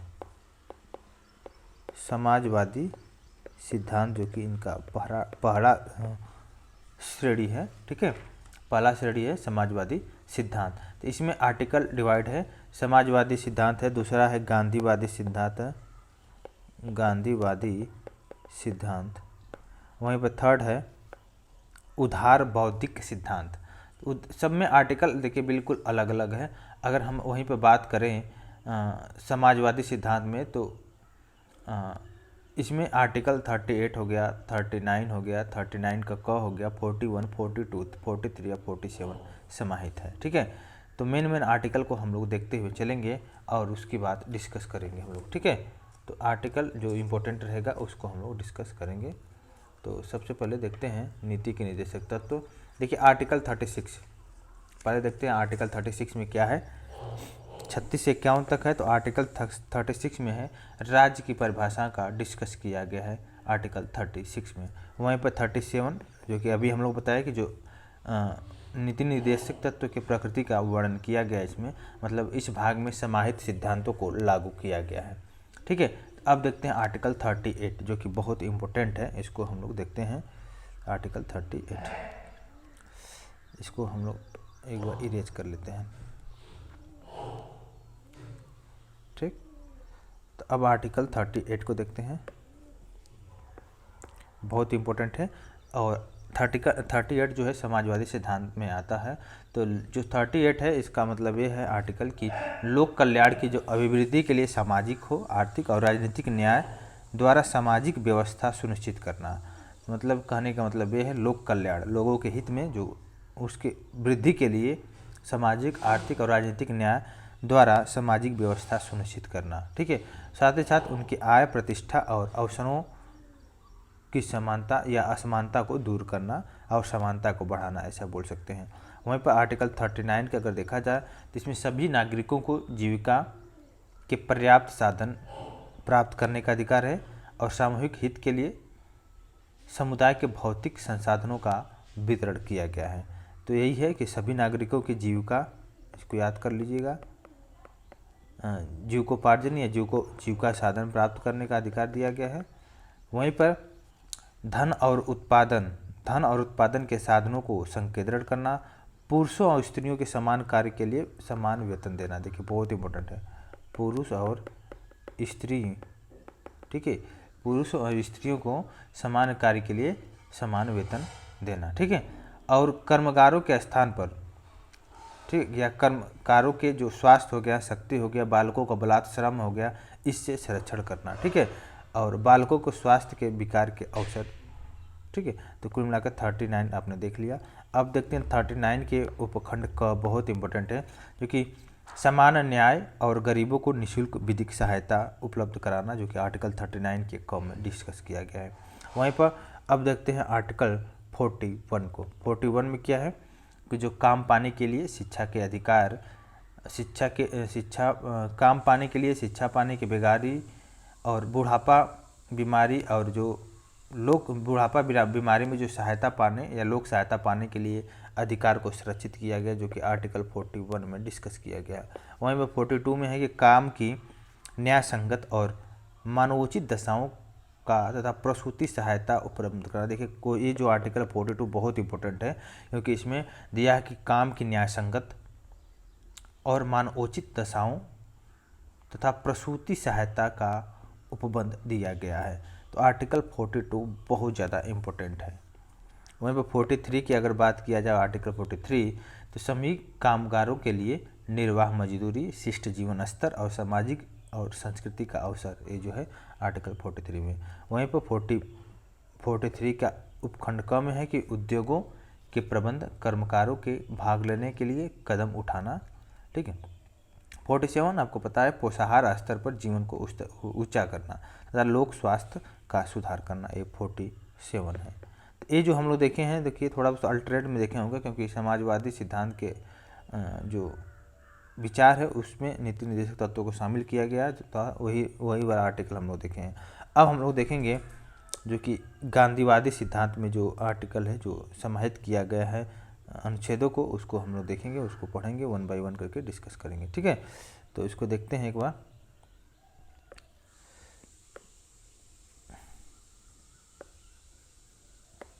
ठीक, तो देखते हैं आर्टिकल 40। आर्टिकल 40 में क्या है कि जो ग्राम पंचायतों का गठन के विषय में है, ग्राम पंचायतों का गठन और उन्हें आवश्यक शक्ति प्रदान करने के लिए स्व सरकार की इकाई, ठीक है, स्व सरकार की इकाई के रूप में कार्य करने की शक्ति का प्रावधान किया गया है। वहीं आर्टिकल 43 में क्या है कि ग्रामीण क्षेत्रों में कुटीर उद्योगों, व्यक्तिगत या सहकारी के आधार पर कुटीर उद्योगों को प्रोत्साहन करना 43 में है। और सहकारी समिति के स्वैच्छिक गठन, स्वायत्त संचालन, लोकतांत्रिक निमंत्रण और व्यावसायिक प्रबंधन को बढ़ावा देना, जो कि आर्टिकल 43 के क में है। ठीक है। इसके अलावा 46 आपको पता है जो कि SC/ST कम्युनिटी है और समाज के जो कमज़ोर वर्ग है उनके शैक्षिक और आर्थिक हितों को प्रोत्साहन करना और साथ ही साथ सामाजिक अन्याय और शोषण से सुरक्षा करना, जो कि आर्टिकल 46 में समाहित था। क्लियर हुआ। 47 जो कि स्वास्थ्य के लिए जो नुकसानदायक नशीली दवा है, मदिरा हो गया, ड्रग्स हो गया, इनके प्रयोग पर या उपयोग पर प्रतिबंध लगाना। वहीं पर 48 आर्टिकल जो कि बहुत इंपॉर्टेंट है, जिसमें से गाय, बछड़ा या अन्य दुधारी पशुओं को बलि चढ़ाने पर रोक लगाना और उनकी नस्ल में सुधार को प्रोत्साहन करना, जो कि आर्टिकल 48 में है। ठीक है। अब देखते हैं उदार बौद्धिक सिद्धांत, जो कि हम लोग तीसरा सिद्धांत देखे थे। ठीक, उदार बौद्धिक सिद्धांत। ठीक है। इसमें जो कि आर्टिकल 44 है, इस सिद्धांत में उदारता जो विचारधारा है, उदारता विचारधारा से संबंधित है, जो कि आर्टिकल 44 जो कि हम लोग देखें, इसमें 44 से आप याद करिएगा कि समान नागरिक संहिता है, मतलब सभी भारत के जो समस्त राज्य में सभी नागरिकों के लिए एक समान सिविल संहिता, सबके लिए बराबर का कानून है। ठीक है। और 45 में क्या है, जो 14 वर्ष की आयु पूरा करने वाले जो बच्चे हैं उनको निःशुल्क शिक्षा, अनिवार्य शिक्षा देना, ये आर्टिकल 45 में है। वहीं पे 48 हम लोग देखे थे, और लेकिन अगर उदारवादी विचारधारा का देखा जाए तो इसमें पर्यावरण का संरक्षण का प्रावधान किया गया, साथ ही साथ वन्य जीवों की रक्षा का प्रावधान किया गया है 48 के क में। ठीक है। वहीं पर 48 में क्या है, 48 में है कि कृषि और पशुपालन को आधुनिक और वैज्ञानिक प्रणालियों से युक्त करना, उसको 48 में शामिल किया गया है। आर्टिकल 49 क्या है, आर्टिकल 49 में है कि जो राष्ट्रीय महत्व वाले घोषित किए गए कलात्मक और ऐतिहासिक अभिरुचि वाले स्मारक का या स्थान या वस्तु का संरक्षण करना। ठीक है। और 50 आपको पता है राज्य की लोकसभाओं में न्यायपालिका और कार्यपालिका को पृथक करना। और फाइनली जो 36 से लेकर 51 देखे थे हम लोग, 51वां जो है हम लोग का आर्टिकल, उसमें अंतर्राष्ट्रीय शांति और सुरक्षा की अभिवृद्धि करना और राष्ट्रों के बीच में न्यायपूर्ण सम्मानपूर्ण संबंधों को बनाए रखना, जो कि आर्टिकल 51 है। तो आई होप हम लोग सारे आर्टिकल को हम लोग देख लिए हैं, कवर भी कर लिए हैं। अब हम लोग देखते हैं क्वेश्चनों को, देखते हैं क्वेश्चन को हम लोग करते हुए चलते हैं। तो क्वेश्चन में जो पहला है इसको देखते हैं। पहला क्वेश्चन है, राज्य के नीति के निर्देशक सिद्धांत को भारतीय संविधान में शामिल किए जाने का उद्देश्य है जो कि सामाजिक और आर्थिक प्रजातंत्र को स्थापित करना। ठीक है, तो डीपीएसपी ये जो क्वेश्चन है आईएएस के 2002 में क्वेश्चन आया हुआ है, जिसमें से जो डीपीएसपी है भारतीय संविधान में शामिल करने का उद्देश्य यही है कि समाजवादी और आर्थिक प्रजातंत्र को स्थापित करना। ठीक है, यह उद्देश्य एक कल्याणकारी राज्य की स्थापना में सहायक होता है, जिसका संविधान निर्माता एक कल्याणकारी राज्य की स्थापना के लिए प्रावधान करना चाहते हैं। वहीं पे देखिए, राज्य के नीति के निर्देशक सिद्धांत का उद्देश्य क्या है? एक कल्याणकारी राज्य की स्थापना करना, सामाजिक आर्थिक न्याय को सुनिश्चित करना और एक धर्मनिरपेक्ष राज्य की स्थापना करना। वही पन्ने से देखिए, राज्य के नीति के निर्देशक तत्व सहज अध्ययन के लिए कौन से भागों में विभाजित किए जा सकते हैं? समाजवादी, उदार बौद्धिकवादी और गांधीवादी भागों में विभाजित किए जा सकते हैं। इस सारे को हम लोग देखे ही है। इसमें कौन कौन से आर्टिकल थे? आर्टिकल समाजवादी में आर्टिकल 38 हो गया, 39 हो गया, 39 का क हो गया, उसके बाद 41 हो गया, 42, 43, 43 का उपखंड क और 47 हो गया। ठीक है, समाजवादी विचारधारा से लिया गया इसको। ठीक है, और इसके अलावा जो देखा जाए गांधीवादी तो आपको पता है जो कि गांधी का विचार यही था कि जो, हालांकि देखिए इसका संविधान में कहीं डिस्कस नहीं किया गया है, लेकिन एक विचारधाराओं से मेल खाता है डीपीएसपी। तो गांधीवादी जो कि ग्राम पंचायत या ग्रामीण स्तर पर बढ़ावा देने की उनका इच्छा था बहुत सारा, तो इसी के आधार पर इसको शामिल किया गया है, जो कि ग्राम पंचायतों का गठन के विषय में, जो कि आर्टिकल 40 की बात हो गई। 43 में ग्रामीण क्षेत्रों में जो कुटीर उद्योग को प्रोत्साहन करना, वहीं पर 43 का ख हो गया और 43 का ख हो गया। 46, 47 और 48, 46, 47 और 48, जो कि 48 में जो गाय, बछड़ा या अन्य दुधारू पशु इनको बलि चढ़ाने से रोक लगाना इसमें 48 में है। और नशीली दवाओं पर प्रतिबंध जो कि 47 में है। वहीं पे SC/ST समाज के जो कमज़ोर वर्ग को आर्थिक हितों को प्रोत्साहन करना, जो कि आर्टिकल 46 में प्रावधान दिया गया। ये तो गांधीवादी में हो गया। और उदार बौद्धिकवादी में आर्टिकल 44 हो गया, जो कि समान नागरिक संहिता बोलते हैं, सभी लोगों के लिए समान कानून हो। और 44 हो गया। 45 में आपको पता है सभी बच्चों के लिए, जो कि 14 वर्ष की उम्र के बच्चे हैं, उनको निःशुल्क अनिवार्य शिक्षा देना। 48 आपको कृषि और पशुपालन को आधुनिक वैज्ञानिक प्रणाली से युक्त करना, 48 का क में हो गया। पर्यावरण का संरक्षण करना। 49 आपको पता है, 50 और 51 ये सब उदार बौद्धिकवादी में समाहित हैं। ठीक है, तो इसके अलावा देखते हैं नेक्स्ट क्वेश्चन को। देखिए, एक और आपको पॉइंट बता रहा हूँ, जो नीति निर्देशक तत्व में 42वें संविधान संशोधन द्वारा, 42वें संविधान संशोधन 1976 में, ठीक है, इसमें जोड़ा गया है कुछ आर्टिकल। जैसे इसमें आर्टिकल 39 का क और 43 का क और 48 का क, ठीक है, इसको जोड़ा गया है इसमें। और देखते हैं क्वेश्चनों को। क्वेश्चन में जो डिस्कस आएगा क्वेश्चन उसको देखेंगे। देखिए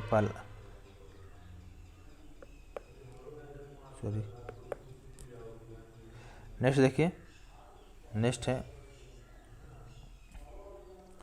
क्वेश्चन देखिए, संविधान के भाग 4 में अंतर्विष्ट राज्य के नीति निर्देशक तत्वों के बारे में क्या कथन सही है, इसको देखिए। इसमें क्या है, ये तत्व सामाजिक आर्थिक लोकतंत्र की व्याख्या करते हैं और इन तत्वों में अंतर्विष्ट उपबंध किसी न्यायालय द्वारा प्रवर्तन या इन्फोर्सिबल नहीं है। और इस भाग में एकता अधिक कथित सिद्धांत राज्य के द्वारा कानून बनाने को प्रस्तावित करता है। ठीक है, आपको बता दें कि मौलिक अधिकार और नीति निर्देशक तत्व में क्या डिफरेंस है। तो मौलिक अधिकार, इस बहुत सारा क्वेश्चन आया है, मौलिक अधिकार और डीपीएसपी। अगर देखा जाए डिफरेंस के रूप में, तो पहले तो ये भाग 3 में है और डीपीएसपी भाग 4 में है। इसका आर्टिकल 12 से लेकर 35 तक है और डीपीएसपी का आर्टिकल 36 से लेकर 51 तक है। वहीं पर इनकी जो मौलिक अधिकार की प्रकृति है नकारात्मक प्रकृति की है, इसका जो है डीपीएसपी का है सकारात्मक प्रकृति। ठीक है, मौलिक अधिकार क्या है, वाद्य योग्य है, जिसको चैलेंज किया जा सकता है, जबकि नीति निर्देशक तत्व एक गैर वाद्य योग्य है, इसको चैलेंज नहीं किया जा सकता है, इसको न्यायालय द्वारा लागू नहीं कराया जा सकता है। तो यही सब चीज़ें हैं। तो क्वेश्चनों को आप देखते हुए चलते हैं। कल्याणकारी राज्य की संकल्पना का समावेश जो कि भारत के संविधान में डीपीएसपी में दिया गया है। सेम क्वेश्चन है, भारतीय कल्याणकारी राज्य में होने का विचार प्रस्तावना तथा राज्य के नीति निर्देशक तत्वों में पाया जाता है। अगर दोनों विकल्प का चयन, यदि दोनों एक साथ हो तो चयन विकल्प जो कि नीति निर्देशक तत्वों का करेंगे, ठीक है। वहीं पर देखिए, भारत के संविधान के संदर्भ में डीपीएसपी तत्व जो कि है विधायिका और कार्यपालिका के कृत्यों पर निर्बंध नहीं करते हैं। भारतीय संविधान में सम्मिलित नीति के निर्देशक तत्वों की प्रेरणा हमें प्राप्त हुई है आयरलैंड के संविधान से। डीपीएसपी वाद योग्य नहीं है। भारत के संविधान के अनुसार देश के शासन के लिए आधारभूत है राज्य के नीति के निर्देशक तत्व। पुरुषों और स्त्रियों को समान कार्य के लिए समान वेतन भारत के संविधान में सुनिश्चित किया गया है, राज्य के नीति के निर्देशक सिद्धांतों का अंग है, ठीक है। वहीं पर देखिए, ग्राम पंचायतों, राज्य सरकार को ग्राम पंचायतों को संगठित करने के लिए निर्देशित किया गया आर्टिकल 40 में। भारत के संविधान के अंतर्गत राज्य ग्राम पंचायतों का गठन किया गया है डीपीएसपी जो कि राज्य के नीति निर्देशक। अब देखिए, कुछ मेन आर्टिकल जो क्वेश्चन आया हुआ आर्टिकल है इसको हम लोग देखें। हालांकि सारे आर्टिकल को हम लोग देख लिए हैं, लेकिन फिर भी अब जो क्वेश्चन में आया हुआ है, प्रीवियस ईयर में क्वेश्चन में आया हुआ है, जैसे एक क्वेश्चन है, एक क्वेश्चन आया हुआ है यूपीपीसीएस के। यूपीपीसीएस में 2 बार आ चुका है, एक बार 2001 में आया हुआ है, एक बार 2002 में आया हुआ है, और यूपीपीसीएस के 2020 में भी क्वेश्चन आया हुआ है। तो सारे को हम लोग शामिल किए हैं इसमें। तो देखिए, इसमें आर्टिकल 40 ग्राम पंचायतों का गठन के विषय में है। आर्टिकल 41 जो कि कुछ दशाओं में काम, शिक्षा और लोक सहायता पाने का अधिकार दिया गया। 44 से आप याद करिए कि दोनों समान है, तो नागरिकों के लिए समान नागरिक संहिता की बात किया गया। 48 में कृषि और पशुपालन का संगठन या गठन किया गया 48 में। साथ ही साथ 48 में ही जो गाय, बछड़ा और अन्य दुधारू पशु हैं उनके बलि चढ़ाने पर रोक का प्रावधान किया गया 48 में। 50 में क्या है, न्यायपालिका और कार्यपालिका का पृथक्करण। देखिए, इसको आप स्टार मार्क लगा लीजिए, कई बार क्वेश्चन आ चुका है, ठीक है। साथ ही साथ 51 में है अंतर्राष्ट्रीय शांति का विकास का बात हुई है। वहीं पर 39 के ए में समान न्याय और निःशुल्क विधिक सहायता की बात हुई है। देखिए, मनरेगा अर्य परिवार के कम से कम एक सदस्य को वर्ष में 100 दिन का रोजगार दिलाने का प्रावधान करता है। रोजगार का अधिकार संविधान के भाग 3 में प्रावधानित है, जो कि ए सही है परंतु आर गलत है। देखिए नेक्स्ट, राज्य के नीति के निर्देशक सिद्धांत का सही सुमेलन क्या है। तो आर्टिकल 51 अंतर्राष्ट्रीय शांति और सुरक्षा के संवर्धन से संबंधित है। वहीं पर 43 के कह क्या, उद्योगों के प्रबंध में कर्मकारों के भाग लेने का अधिकार दिया गया है। आर्टिकल 43 के क में। 48 के क में पर्यावरण संरक्षण और वन्य तथा वन्य जीवों की रक्षा की बात की गई है। पर्यावरण संरक्षण संवर्धन और वन्य तथा वन्य जीवों की सुरक्षा की बात 48 के क में किया गया है, ठीक है।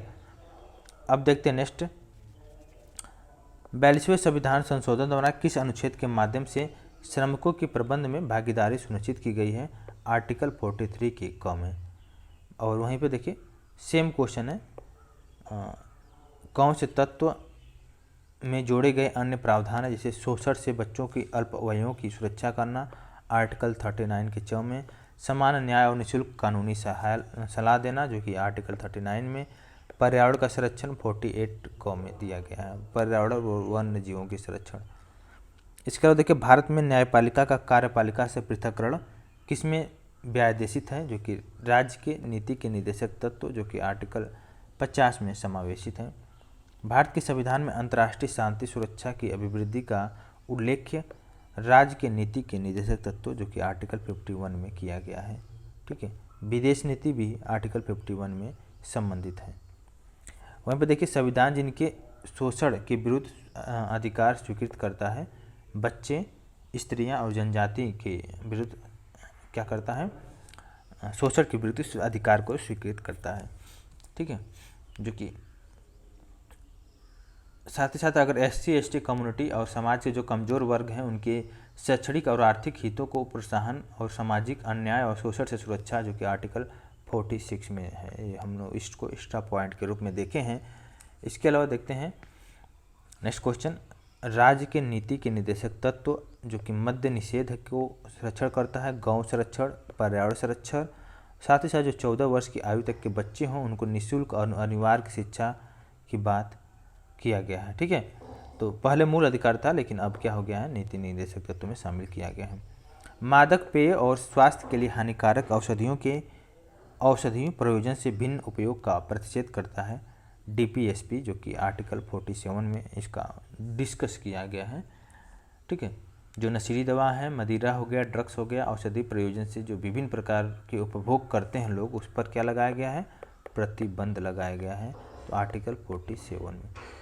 ठीक है, डीपीएसपी जो मौलिक अधिकार से भिन्न है क्योंकि निर्देशक तत्व प्रवर्तनीय नहीं है और मौलिक अधिकार न्यायालय द्वारा प्रवर्तनीय है, इसको चेंज किया जा सकता है और साथ ही साथ चैलेंज भी किया जा सकता है न्यायालय में।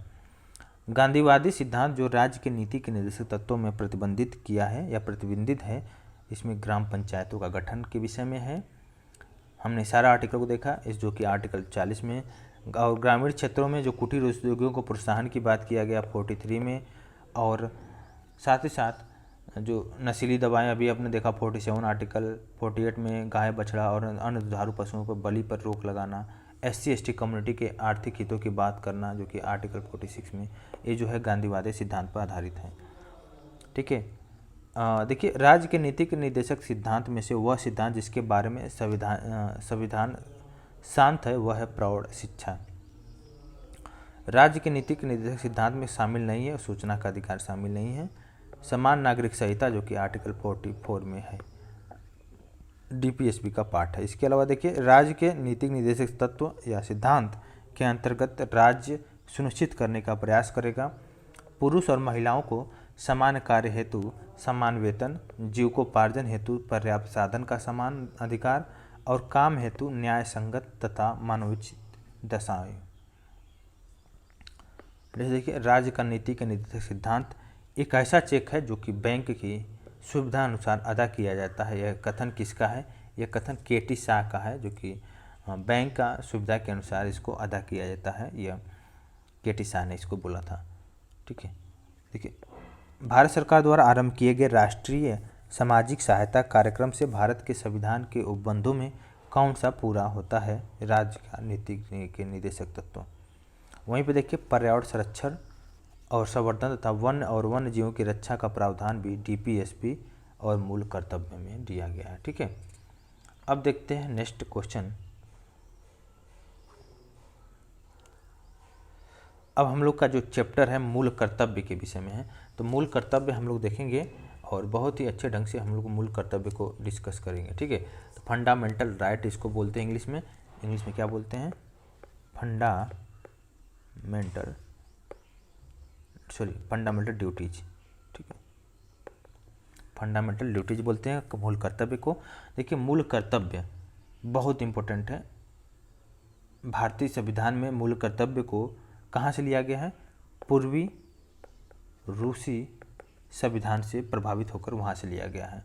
और काफ़ी उल्लेखनीय है कि जो लोकतांत्रिक देश है, जैसे कि लोकतांत्रिक देश मतलब डेमोक्रेटिक कंट्री, जैसे अमेरिका हो गया, यूएसए बोल सकते हैं, यूएसए हो गया, फ्रांस हो गया, कनाडा हो गया, जर्मनी हो गया, ऑस्ट्रेलिया हो गया, ये सब जो देश हैं डेमोक्रेटिक कंट्री हैं, इनके संविधान में नागरिकों के कर्तव्यों का विश्लेषित नहीं किया गया और भारत के संविधान में इसको विश्लेषित किया गया। काफ़ी अपना संविधान बिल्कुल अलग है, ऐसा नहीं कह सकते हैं कि हमारा संविधान बहुत ज़्यादा किसी देश से लिया तो गया है, लेकिन हर जगह से जो अच्छी अच्छी चीज़ें हैं उसको कॉपी किया गया है। ठीक है, तो संविधान आज हमारा संविधान का जैसे 1950 में संविधान पूर्ण रूप से लागू हुआ, तब से हमारा संविधान, हमारा देश में कानून संविधान के अनुसार ही चल रहा है। ठीक है, तो बहुत ही अच्छी बात है। और इसके अलावा देखिए क्वेश्चन देखते हैं। क्वेश्चन को देखने से पहले एक बार हम लोग मूल कर्तव्य को डिस्कस करते हैं। देखिए मूल कर्तव्य सरदार स्वर्ण सिंह समिति, इसको याद करिए, बहुत इंपॉर्टेंट समिति है, सरदार स्वर्ण सिंह समिति। इन्होंने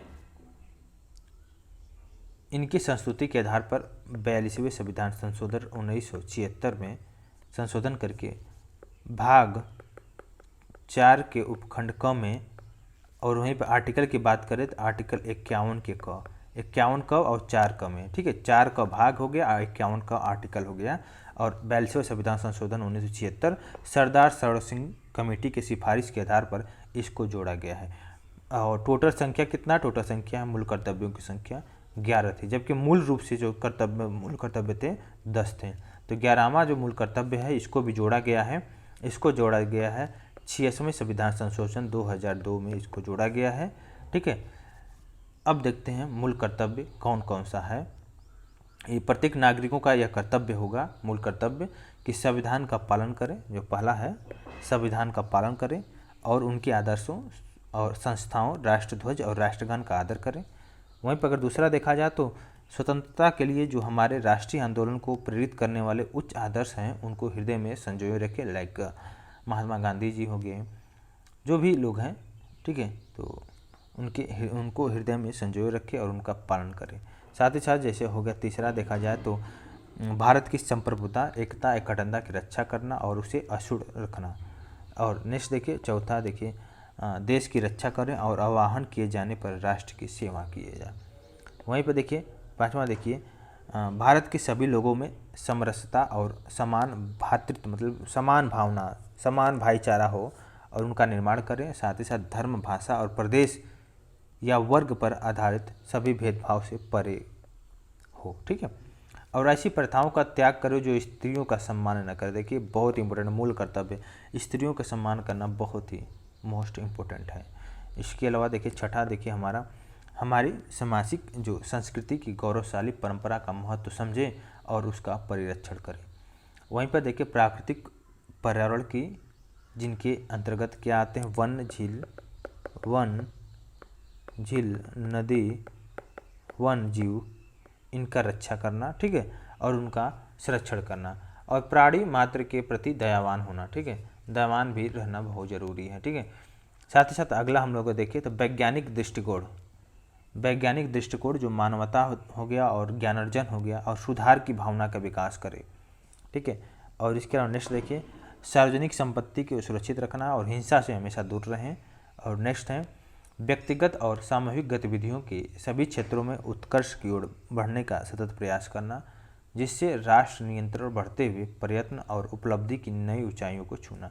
और फाइनली देखिए लास्ट में देखते हैं, यदि माता पिता या संरक्षक है तो 6 वर्ष से 14 वर्ष के जो बच्चे हैं, 6 से 14 वर्ष की आयु वाले जो अपने यथास्थिति बालक हैं, उनकी शिक्षा का अवसर को प्रदान करना इसमें दिया गया है, ठीक है। तो ये रहा मूल कर्तव्य के विषय में हम लोग पूरा कंप्लीट देख लिए हैं, 11 मूल कर्तव्य को देखे हैं। अब देखेंगे इसमें क्वेश्चनों को देख लेते हैं और फिर क्वेश्चन कंप्लीट करते हैं चैप्टर को। क्लियर, इस बार इसको इरेज कर देता हूँ।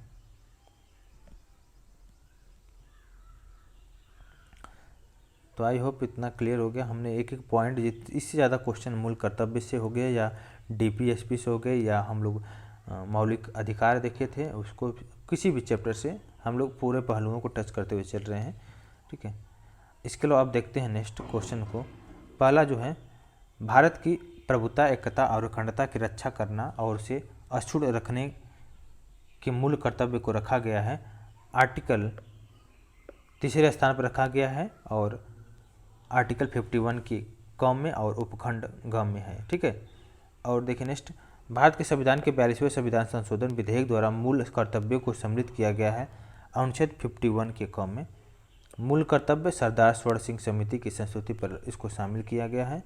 वहीं पर देखिए स्वर्ण सिंह समिति 1976 के सदस्यों में शामिल थे ए आर अंतुले, एस रे, CM स्टीफन। संविधान में नागरिकों के मूल कर्तव्य की व्यवस्था जो दी गई है 1976 के 42वें संविधान संशोधन के द्वारा किया गया है और इसका डेट जो की है 3/1/1977 से पूर्ण रूप से लागू हुआ है, ठीक है। भारत का संविधान का वह भाग जिसमें मौलिक कर्तव्य उल्लेखित है भाग 4 के क में है। मूल रूप से 10 मौलिक कर्तव्य थे, लेकिन अभी बढ़ाकर उसको क्या कर दिया गया है, 11 कर दिया गया है, जिसमें 42वें संविधान संशोधन द्वारा जो 6 से 14 वर्ष के बच्चे हैं, नहीं सॉरी, हाँ, भारतीय नागरिकों के लिए 10 मूल कर्तव्य संविधान में जोड़े गए 42वें संविधान संशोधन, और जो 11वां मूल कर्तव्य जोड़ा गया 2002 में 86वें संविधान संशोधन, जिसमें से शिक्षा का अधिकार जो बोल सकते हैं कि जो 6 से 14 वर्ष के बच्चे हैं उनके शिक्षा के अवसर को उपलब्ध कराना। देखिए, मौलिक कर्तव्य से संबंधित कथन को देखना है, इन्हें संवैधानिक प्रक्रिया से ही बढ़ाया जा सकता है। अस्पष्ट विधियों की व्याख्या के लिए इनका उपयोग किया जा सकता है और किसी विशिष्ट कर्तव्य का पालन करना संवैधानिक कानून के क्षेत्र में आता है, जिसे न्यायालय निश्चित करता है। भारत में मौलिक कर्तव्य है हमारी मिलीजुली संस्कृति की समृद्ध विरासत को संरक्षित करता है। मौलिक कर्तव्य एक नागरिक के मूल कर्तव्यों में सम्मिलित है प्राकृतिक पर्यावरण की रक्षा, उसका संवर्धन, स्वतंत्रता के लिए हमारे राष्ट्रीय आंदोलन को प्रेरित करने वाले जो उच्च आदर्शों को संजोए रखना और उनका पालन करना, साथ ही साथ वैज्ञानिक दृष्टिकोण, मानवतावाद, ज्ञानार्जन तथा सुधार की भावना का विकास करे मूल कर्तव्य में सम्मिलित है। देखिए, भारतीय संविधान के अंतर्गत मौलिक कर्तव्यों में सम्मिलित है देश की रक्षा करना, राष्ट्र की सेवा करना, हमारी सामाजिक संस्कृति गौरवशाली परंपरा का महत्व समझना और उसका परिरक्षण करना। साथ ही साथ देखिए, भारतीय संविधान द्वारा प्रदत्त नागरिकों के मूल कर्तव्यों में सम्मिलित हैं मिश्रित संस्कृति की समृद्ध विरासत की रक्षा, वैज्ञानिक मनोदशा और खोज की भावना का विकास और व्यक्ति और सामूहिक कार्यकलापों के सभी क्षेत्रों में उत्कृष्टता के लिए प्रयत्न करना। जैसे देखिए, ग्राम पंचायत, राष्ट्रीय ध्वज, SC ST और वन्य प्राणी में से किस एक का संरक्षण भारतीय नागरिक का मूल कर्तव्य है? वह है वन्य प्राणी का संरक्षण। ठीक, अब हम लोग देखते हैं नेक्स्ट क्वेश्चन के। भारत के प्रत्येक नागरिक का कर्तव्य होगा कि प्राकृतिक पर्यावरण का संरक्षण और सुधार शामिल है, जो कि आर्टिकल 51 के उपखंड 6 में है। और नेक्स्ट देखिए, सही कथन को बताना है। मूल कर्तव्य मौलिक अधिकार का भाग नहीं है, बिल्कुल करेक्ट है। और भाग 4 में मौलिक कर्तव्य गिनाए गए हैं और अनुच्छेद 51 के ए में भारतीय नागरिकों के लिए मौलिक कर्तव्यों की व्याख्या करता है। भाग 4 का क होगा। ठीक है, भारतीय संविधान में मौलिक कर्तव्य टोटल 11 हैं, मूल रूप से 10 थे। इसको बढ़ाया गया है 86वें संविधान संशोधन 2002 में। देखिए, मूल कर्तव्य में क्या वर्णित है, ये सब क्वेश्चन प्रीवियस ईयर क्वेश्चन है। राष्ट्रीय ध्वज का आदर करना, भारत के सभी लोगों के मध्य भाईचारे का भाव विकसित करना, साथ ही साथ हमारी समृद्ध संस्कृति की मूल्यवान धरोहर की रक्षा करना। देखिए, भारतीय संविधान के अंतर्गत मूल कर्तव्य नहीं है लोक चुनाव में मतदान करना। नेक्स्ट देखते हैं भारतीय संविधान का भाग और विषय। भाग 2 में नागरिकता दिया गया है, भाग 3 में मूल अधिकार, भाग 4 में राज्य की नीति के निर्देशक तत्व और भाग 4 के क में मूल कर्तव्य को दिया गया है। ठीक है, इसको आप देख लीजिएगा। कुछ आर्टिकल को और देख लेते हैं, जो कि आर्टिकल 51 के ग में है कि अंतर्राष्ट्रीय विधि के प्रति आदर करना, प्राणियों के प्रति दया भान रखना, उपखंड 51 के क के उपखंड 6 में है। और ज्ञानार्जन और सुधार की भावना का विकास करना, इसको 51 के क के ज में है। और देखिए 50 जो आर्टिकल है, राज्य के लोक सेवाओं में न्यायपालिका को कार्यपालिका से पृथक करना, जो कि आर्टिकल 50 में वर्णन किया गया है। तो हम लोग मूल कर्तव्य को जितने भी क्वेश्चन हैं, सारे पहलुओं को, एक एक क्वेश्चन को हम लोग देखकर इसको कंप्लीट कर दिए हैं। अब हम लोग देखेंगे नेक्स्ट चैप्टर में राष्ट्रपति प्रेसिडेंट के विषय में देखेंगे। ठीक है, इसको हम लोग नेक्स्ट लेक्चर में देखेंगे। तो आई होप आपको समझ में आया होगा। Thank you so much.